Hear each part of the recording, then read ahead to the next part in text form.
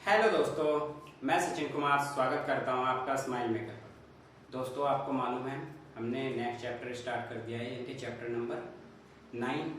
ठीक है दोस्तों, यानी कि हम क्या पढ़ रहे थे, हाइट एंड डिस्टेंस। हमने कल उसका इंट्रोडक्शन जाना था, यानी कि किस प्रकार से अवनमन कोण और उन्नयन कोण बनेगा। ठीक है, किस दूरी को ज्ञात करने के लिए यानी कि हमने ट्रिग्नोमेट्री का यूज किया है। यानी कि आपको मालूम है कुछ भी हमें ज्ञात करना है, यानी कि आपको बड़ी बड़ी सॉल्यूशन करनी है, तो हम क्या ट्रिग्नोमेट्री के अनुसार बहुत उसको आसान तरीके से सोल्व कर सकते हैं। ठीक है, हमने उसी को समझा था, यानी कि आपको ट्रिग्नोमेट्री हम जब स्टार्ट किए थे, यानी कि चैप्टर नंबर 8, तो उसमें हमने आपको बताया था कि ट्रिग्नोमेट्री का यूज हम बड़ी बड़ी सॉल्यूशन को छोटा सा यानी कि शॉर्ट करने के लिए किया जाता है, ताकि हम अच्छे से उसको सोल्व कर सके, टाइम अपनी बचा सके। ठीक है, टाइम अपना कवर कर सके हर चीज के लिए। ठीक है, तो हमने क्या पढ़ा था किसमें, ट्रिग्नोमेट्री में। अब हम चैप्टर नंबर 9 पढ़ रहे हैं, यानी कि त्रिकोणमिति के कुछ अनुप्रयोग। अनुप्रयोग यानी कि अनुप्रयोग का मतलब है यानी कि उनको प्रयोग करके देखा गया है किस दूरी को अच्छे से निकाल सकते हैं आप। वरना आपको मालूम है, आपको ट्रिग्नोमेट्री यानी कि ट्रायंगल यानी कि त्रिभुज पढ़ोगे जब आप, तो आप उसमें जानोगे कि किस प्रकार उसमें लेंथी क्वेश्चन हो जाते हैं बहुत ज़्यादा। ठीक है, लेकिन हम उन क्वेश्चन को भी त्रिकोणमिति की सहायता से बहुत ही आसान तरीके से सोल्व कर सकते हैं। ठीक है, आज हम क्या एक्सरसाइज का यानी कि एक्सरसाइज का उदाहरण सबसे पहले करते हैं। ठीक है, आपको पता है मैं सबसे पहले आपको उदाहरण ही कराता हूँ, ताकि आप जब एग्जाम्पल करें तो एक्सरसाइज के क्वेश्चन आपको चुटकी में हो जाए, क्योंकि सब बेस उदाहरण पे ही होता है। ठीक है, तो दोस्तों सबसे पहले स्टार्ट करते हैं नंबर 3 और फिर करेंगे नंबर 4। और दोस्तों एक बात ये भी मैंने आपको ये बताया है, जब भी आप ये क्लास देखें तो आपके पास बुक होना अनिवार्य है, ताकि मैं आपको क्वेश्चन बोलूं और आप क्वेश्चन को पढ़ें। ताकि जब पढ़ेंगे आप तो आपको क्वेश्चन की लैंग्वेज समझ आएगी, क्वेश्चन क्या बोल रहा है। जैसे कि ये क्वेश्चन देखना आपको अच्छे से समझ नहीं आ पाएगा जब तक मैं आपको नहीं समझा पाऊँ। वरना आप एक बार क्वेश्चन पढ़ ले, जैसे कि 1.5 मीटर लंबा एक प्रेशर क्या एक चिमनी से कितने इतने मीटर दूरी पर रखा है, उसकी आंखों से चिमनी के शिखर का उन्नयन कोण 45 डिग्री, चिमनी की लंबाई ज्ञात करनी है। ठीक है, तो आपको कुछ समझ आया नहीं आया होगा। ठीक है, क्योंकि आपको मालूम है। अब हम इसको किस प्रकार से पढ़ेंगे। ठीक है, अब आप ये देखना सोल्व कैसे करेंगे। हम इसको सॉल्यूशन करते हैं। सबसे पहले क्या दिया गया, सबसे पहले हमें पता है चित्र की आवश्यकता पढ़ने वाली, तो हम क्या बनाएंगे, एक चित्र। ठीक है, ये रखा है यहाँ पे कोई प्रेक्षक, क्या रखा है, प्रेक्षक, और इसकी प्रेक्षक की लंबाई कितनी है, इस प्रेक्षक की लंबाई मान लीजिए, इस प्रेक्षक की लंबाई है, इसमें क्वेश्चन में पहले ही दी गई है, इस क्वेश्चन इसकी है 1.5। ठीक है, अब इस चिमनी से कितनी दूरी पर रखा है कोई वस्तु, मान लीजिए कितनी, ये कितना है 2.8, और ये कितना है यहाँ से यहाँ तक। ठीक है, और चिमनी की लंबाई है ये, यानी कि A, और ये है B, और ये है C, और ये है क्या, अब हम इसको भी थोड़ा सा और बढ़ा ले, और ये हो गया D, और ये हो गया E। ठीक है, इतना हो चुका है हमारे पास, हमने नामकरण कर दिया सबका। और ये हमारे पास कितना दिया गया, ये तो दिया ही नहीं, और कौन दिया गया है 45 डिग्री। यहाँ तक सबको कोई दिक्कत नहीं। हमें क्या ज्ञात करनी है, यानी कि इस मीनार की ऊंचाई ज्ञात करनी है। ये मीनार है और मीनार की ऊंचाई बराबर क्वेश्चन मार्क। ठीक है, यहाँ तक किसी को कोई प्रॉब्लम नहीं।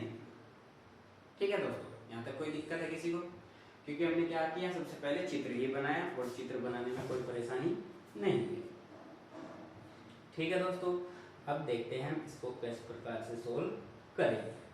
ठीक है, अब हमने देखा क्या, हमें किसकी आवश्यकता है, सबसे पहले इस लंबाई को निकालने के लिए हमें सबसे पहले किसकी आवश्यकता, अगर हमने लंब बटे आधार रखा या आधार बटे लंब रखा तो बात बन जाएगी, क्योंकि हमारे पास कोण भी है और ये भी है। ठीक है, अब हम सोल्व करते हैं इसको, किस प्रकार से सोल्व करेंगे। ठीक है, हमने क्या लिखा, सॉरी दोस्तों ये मार्क करने की बात है। ठीक है, अब देखते हैं हमने क्या लिखा, ये क्या है, इसकी यहाँ से यहाँ तक की तो दूरी सेम रहेगी ना, 1.5 यहाँ से यहाँ तक। ठीक है, तो हमने क्या लिखा, इस पूरी दूरी को लिखा, क्या क्या लिखा, इस पूरी दूरी को कितना, DC बटे क्या है, AC, DC बटे A और ये C। ठीक है, हमारे पास क्या आ चुका है, DC बटे, ये हमने कर दिया कोट कितना, कोट 45 डिग्री। यहाँ तक किसी को कोई कंफ्यूजन नहीं। हमारे पास DC कितना है हमारे पास 2.8, क्योंकि ये दोनों के दोनों क्या है समांतर, तो इसलिए ये दूरी भी कितनी होगी 2.8 ही होगी। ठीक है, अब DC है हमारे पास 2.8 नहीं है, सॉरी दोस्तों, ये है 28.5, इनके 28.5 28.5। ठीक है, AC कितनी है हमारे पास, AC है हमारे पास एक तो AB plus BC, AB plus BC। ठीक है, और कोट 45 की वैल्यू होती है पर, यहाँ तक कोई किसी को परेशानी, ये उधर चलेगा तो कितना हो जाएगा 28.5 इक्वल AB प्लस के BC। ठीक है, अब आपको मालूम है हमारे पास BC की वैल्यू कितनी है, BC की वैल्यू है 1.5, 28.5, AB तो हमें ज्ञात करना है और BC की वैल्यू है 1.5। ठीक है, अब ये इधर आ जाएगा तो ये कितना होगा 28.5 माइनस के 1.5 बराबर AB। ठीक है, अब हम ये इसमें से घटाएंगे, इस 5 में से 5 जाके 0। ठीक है, और इस 8 में से 7 और 8 कितना आ चुका है हमारे पास 27 पॉइंट ये आ चुका है। ठीक है, 27 पॉइंट ये। ठीक है, AB हमारे पास कितना आ चुका है, AB की लंबाई इतनी है दोस्तों, कहीं पे गलत हुआ है कुछ, एक बार आप देखना कहाँ पे कुछ गलत हुआ है।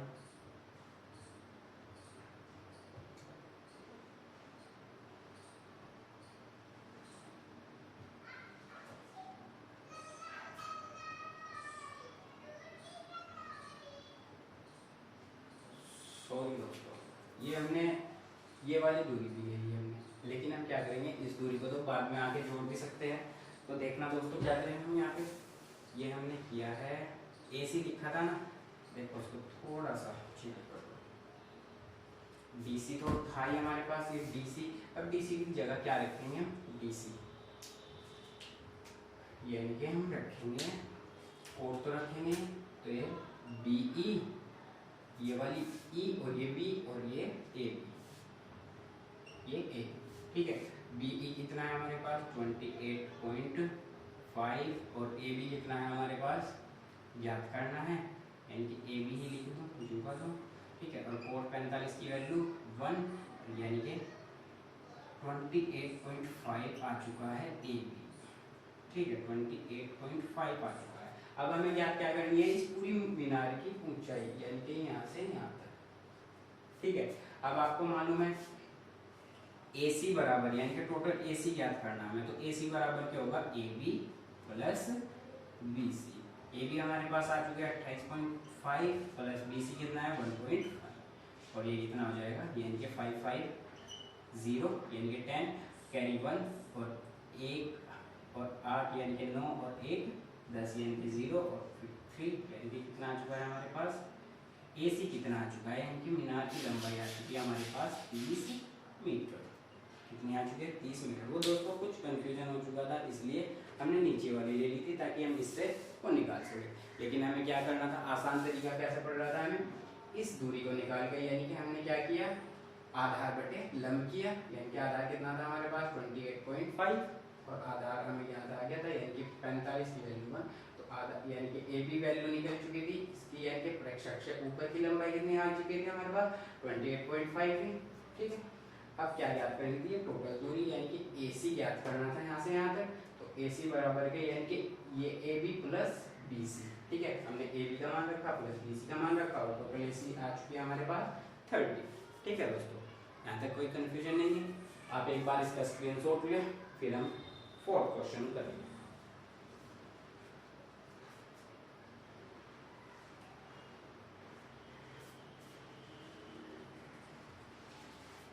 ठीक है दोस्तों, तो आपने उम्मीद करता हूँ उसका स्क्रीनशॉट लिया होगा। अब हम करते हैं 4 नंबर क्वेश्चन। क्या करेंगे? 4 नंबर का क्वेश्चन करेंगे शॉर्ट। ठीक है, किस प्रकार से करेंगे? सबसे पहले हमें क्या बनाना है? एक चित्र। सबसे पहले क्या? चित्र। अब आप देखो, भूमि के एक बिंदु P से, कोई भूमि का एक बिंदु है P। सबसे पहले यह बिंदु P हमने बनाया, से क्या? एक 10 मीटर ऊंचा भवन है, से 10 मीटर, यानी कि इस P, ये क्या है? P है। ठीक है, यहां से यहां तक किसी को कोई कंफ्यूजन नहीं है। ठीक,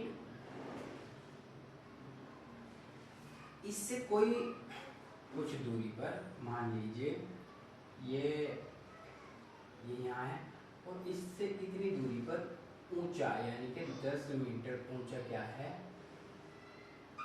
10 मीटर ऊंचा क्या है? ये भवन,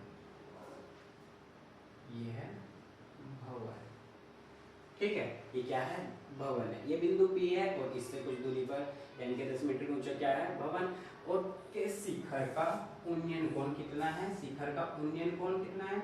हमने ये किया, और इसका उन्नयन कोण बना दिया हमने, कितना है? 30 डिग्री। 30 डिग्री आ चुका है इसका उन्नयन कोण। अब आपको मालूम है क्या किया? शिखर का तीर, भवन के शिखर पर एक ध्वज को लहराया गया है। भवन के शिखर, यानी कि कोई ध्वज है, कोई ध्वज है, और ये हमने ये ध्वज बना दिया इस प्रकार से। ठीक है, लहराया गया है, वो लहराया गया। और P से ध्वज के शिखर का उन्नयन कोण कितना है? 45, यानी कि इसका ही यहाँ से यहाँ तक ये कोण कितना है?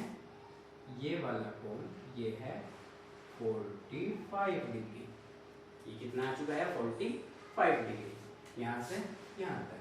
ठीक है, 45। ध्वज दंड की लंबाई और बिंदु P से भवन की दूरी ज्ञात करिए। एक तो क्या ज्ञात करना है? ये वाली दूरी, ये वाली दूरी क्वेश्चन मार्क।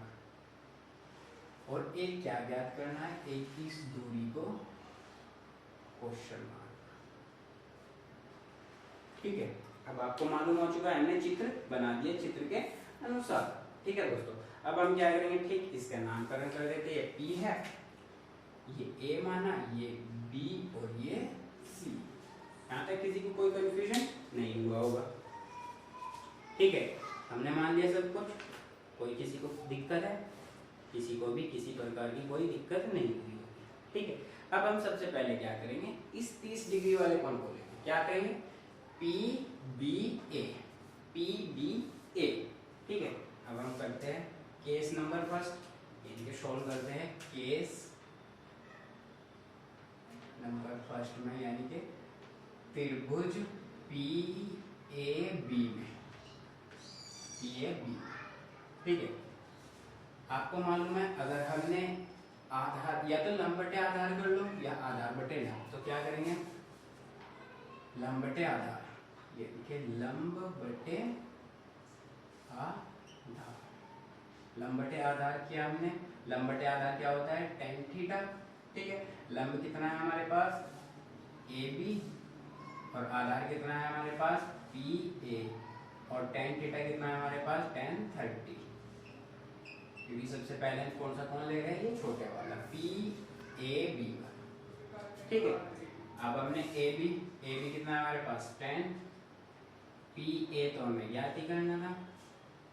ठीक है, tan 30 की वैल्यू, कोई बच्चे बता सकते हैं tan 30 की वैल्यू कितनी? tan 30 की वैल्यू वही 1/√3। यहाँ तक किसी को कोई कंफ्यूजन नहीं। अब हम PA की वैल्यू निकाल सकते हैं। यहाँ से PA वैल्यू आ चुकी है tan√3, tan√3। ठीक है, अब आपको मालूम है क्वेश्चन में क्या दिया गया है? √3 की वैल्यू हमें क्या रखनी है? 1.732। तो बस रखते हैं PA बराबर tan, यानी कि इस √3 की वैल्यू 1.732।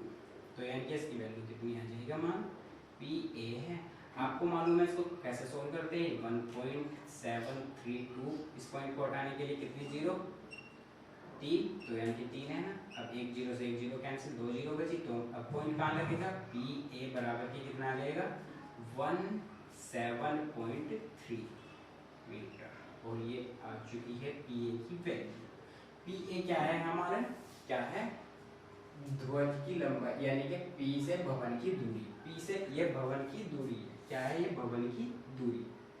हम इसको क्या लिख सकते हैं, भवन की दूरी, ठीक है, भवन की दूरी। एक आंसर तो हमारा यहाँ पर फिनिश हो चुका है, एक आंसर निकालना है यानी कि ध्वज की लंबाई निकालनी है, ठीक है। अब हम उसको निकालेंगे। अब आपको मालूम है हमने कौन सा त्रिभुज लिया था केस फर्स्ट में, ये छोटे वाला। अब हम क्या लेंगे, बड़े वाला त्रिभुज, ठीक है। अब हम क्या करेंगे, बड़े वाला त्रिभुज लेंगे, ठीक है। अब देखते हैं बड़े वाला त्रिभुज किस प्रकार से लेंगे, इसको यहाँ पे लिखते हैं, केस सेकंड,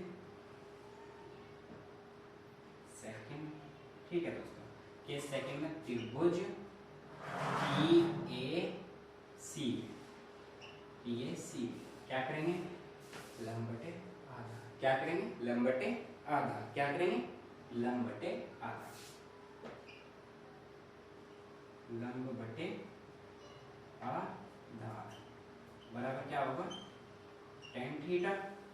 लंब कितना है हमारे पास पूरा, AC, आधार कितना है PA, और tan थीटा की वैल्यू कितनी है, tan 45 डिग्री। यहाँ तक किसी को कोई कंफ्यूजन नहीं है, ठीक है। अब आपको मालूम है AC किस प्रकार है, AC है। अब हम इसको यहाँ पे सोल्व करते हैं। AC को हम कैसे लिख सकते हैं, AC को लिख सकते हैं हम AB plus BC upon PA कितना है हमारे पास, PA की वैल्यू आई है क्योंकि ये आई है 17.32 बराबर tan 45 की।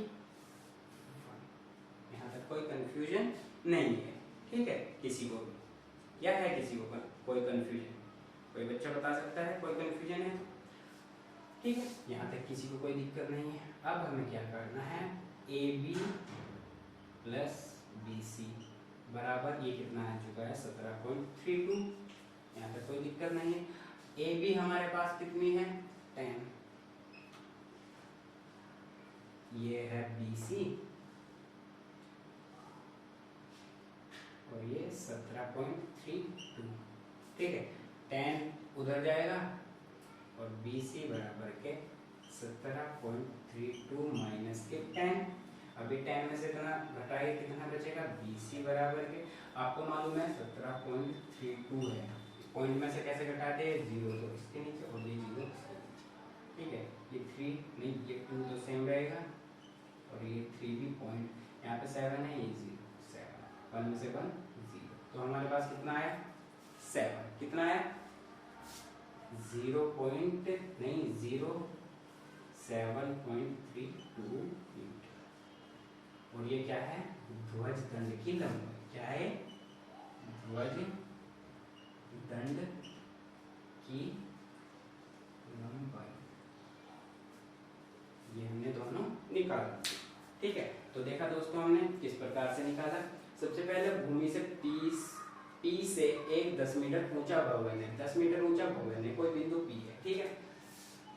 उसके शिखर का उन्नयन कोण कितना है, सबसे पहले 60 डिग्री, ब्लैक कलर से जो चित्र है वो भवन का है, ठीक है। अब फिर उसने क्या किया, भवन के शिखर के ध्वज को लहराया, यानी कि जो भवन का शिखर है उससे ध्वज लहराया गया है, ये ध्वज है ऊपर, ठीक है, P लहरा, और उसका उन्नयन कोण कितना है 45, ये जो रेड कलर का कोण है ये है 45, पूरा का पूरा 45, ठीक है। ध्वज दंड की लंबाई ज्ञात करें, यानी कि इसकी लंबाई ज्ञात करनी है, और इस P से भवन की दूरी, यानी कि इस P से इस भवन की दूरी ज्ञात करनी है, ठीक है। और √3 की वैल्यू रखनी है, ठीक है। आपको मालूम है सबसे पहले हमने ब्लैक वाला चित्र लिया, यानी कि त्रिभुज PAB है, और फिर ये पूरा त्रिभुज लिया, यानी कि PAC,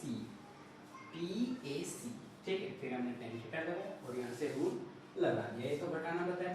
अब आपको मालूम है, आप चित्र में भी आंसर लिख सकते हैं। क्या आया है इसका आंसर आया है, ये आया है 7.32 और ये आंसर कितना आया है 17.32। हमारे पास सब चीज के आंसर आ चुके हैं। ठीक है, तो दोस्तों देखा हमने किस प्रकार से हर क्वेश्चन को सोल्व किया। आज हम दो ही क्वेश्चन करेंगे क्योंकि कुछ टेक्निकल प्रॉब्लम है हमारे साथ। ठीक है, तो आज हम ये दो क्वेश्चन करेंगे और इन दो क्वेश्चनों के आधार पर ही आप बुक से कई प्रकार के क्वेश्चन कर सकते हैं। ठीक है, आपको कोई कंफ्यूजन नहीं होगी, कोई भी क्वेश्चन कर लेंगे। ठीक है, और दोस्तों अगर आपको वीडियो पसंद आए तो वीडियो को लाइक करें और अपने दोस्तों के साथ शेयर करें और चैनल को ज़्यादा से ज़्यादा सब्सक्राइब करें। ठीक है दोस्तों, तो मिलते हैं नेक्स्ट वीडियो में, तब तक के लिए धन्यवाद।